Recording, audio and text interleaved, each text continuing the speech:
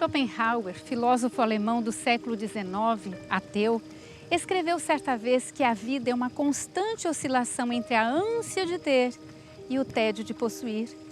Esta afirmação retrata muito bem a infelicidade de procurar a felicidade onde não pode ser encontrada.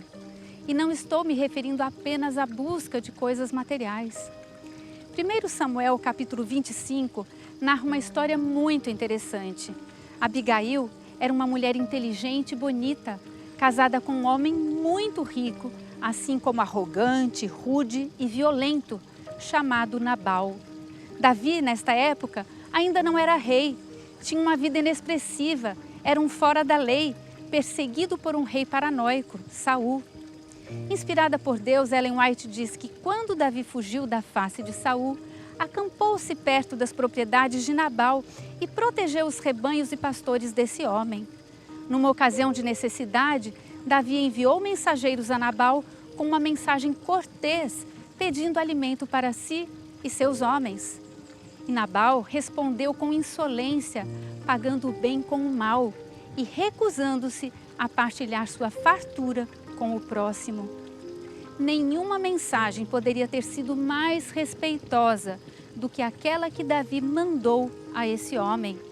Mas Nabal acusou falsamente Davi e seus homens a fim de justificar o próprio egoísmo, descrevendo a Davi e seu grupo como escravos fugitivos.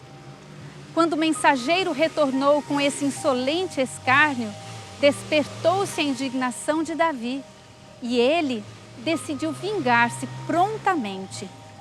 Um dos servos de Nabal foi apressadamente a Abigail, esposa de Nabal, depois que este despedira os moços de Davi e contou-lhe o que tinha acontecido. Eis que Davi enviou mensageiros, disse ele, desde o deserto a saudar o nosso amo. Porém, ele se lançou a eles. Todavia, aqueles homens têm nos sido muito bons e nunca fomos agravados deles, e nada nos faltou em todos os dias que conversamos com eles quando estávamos no deserto. De muro em redor de nós nos serviram, assim de dia como de noite, todos os dias que andamos com eles, apacentando as ovelhas. Olha, pois, agora e vê o que hás de fazer, porque já de todo determinado está o mal contra o nosso amo e contra toda a sua casa. Abigail assumiu a situação, sabia que não adiantaria nada enfrentar Nabal, ele não lhe daria ouvidos. Separou 200 pães, 2 vasilhas de couro cheias de vinho, 5 ovelhas preparadas, 5 medidas de grãos torrados, 100 bolos de uvas passas e 200 bolos de figos prensados, e os carregou em jumentos, a fim de encontrar-se com o grupo de Davi. Vendo, pois, Abigail a Davi, apressou-se e desceu do seu jumento, e prostrou-se sobre o seu rosto diante de Davi, e se inclinou à terra, e lançou-se a seus pés e disse: Ah, Senhor meu, minha seja a transgressão. Deixa, pois, falar a tua serva aos teus ouvidos. Abigail dirigiu-se a Davi com tanta reverência como se falasse a um rei coroado. Nabal tinha escarnecedoramente exclamado: Quem é Davi? Mas Abigail chamara o Senhor meu. Com amáveis palavras ela procurou abrandar-lhe os sentimentos irritados e pleiteou com ele em favor de seu esposo. Nada tendo de ostentação ou orgulho, antes cheia de sabedoria e amor de Deus, desculpou-se pela atitude do marido, mas não o desculpou por isso, admitindo que Nabal tinha se comportado de forma infeliz e egoísta. Agora, pois, meu senhor, vive o Senhor e vive a tua alma, que o Senhor te impediu de vires com sangue e de que a tua mão te salvasse. E agora, tais quais Nabal, sejam os teus inimigos e os que procuram mal contra o meu Senhor. Ellen White explica que Abigail não tomou para si o crédito deste raciocínio, a fim de demover a Davi de seu precipitado propósito, mas deu a Deus a honra e o louvor. Ofereceu então sua rica provisão como oferta pacífica aos homens de Davi e ainda pleiteou como se ela mesma fora quem tivesse provocado o ressentimento do líder. Sem saber de nada, naquela mesma noite, Nabal fez uma festa extravagante para si e seus amigos, comendo e bebendo até ficar bêbado.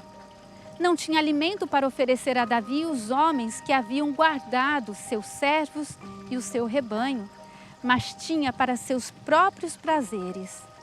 Abigail nada lhe disse naquela noite, mas após passado o efeito do álcool, contou ao marido o que sucedera e como havia evitado um mal maior. Nabal entrou em choque, provavelmente um ataque cardíaco, vindo a falecer 10 dias depois. Nas palavras da Bíblia, feriu o Senhor a Nabal e este morreu. Sabendo que Abigail ficara viúva, Davi mandou buscá-la para que ela se tornasse sua esposa. Sob alguns aspectos, essa história até se assemelha a um conto de fadas. Só não foi por um ínfimo detalhe, que naquela época existia a poligamia, que era amplamente praticada pela maioria dos homens, inclusive no povo de Deus. Abigail havia se casado com um homem mau. Podemos supor com quase certeza que tivesse um casamento infeliz com Nabal. Entretanto, ela jamais permitiu tornar-se ressentida e amargurada. Pelo contrário, agiu de modo sábio, gracioso, doce e generoso, deixando uma importante lição.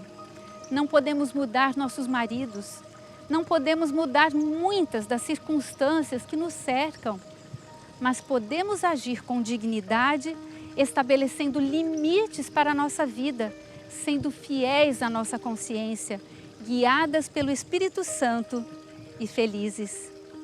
Amiga querida, que Deus lhe conceda sabedoria para fazer suas próprias escolhas, decidindo como reagir diante de circunstâncias difíceis, escolhendo ser feliz por acreditar que Deus a ama e tem um futuro maravilhoso preparado para você.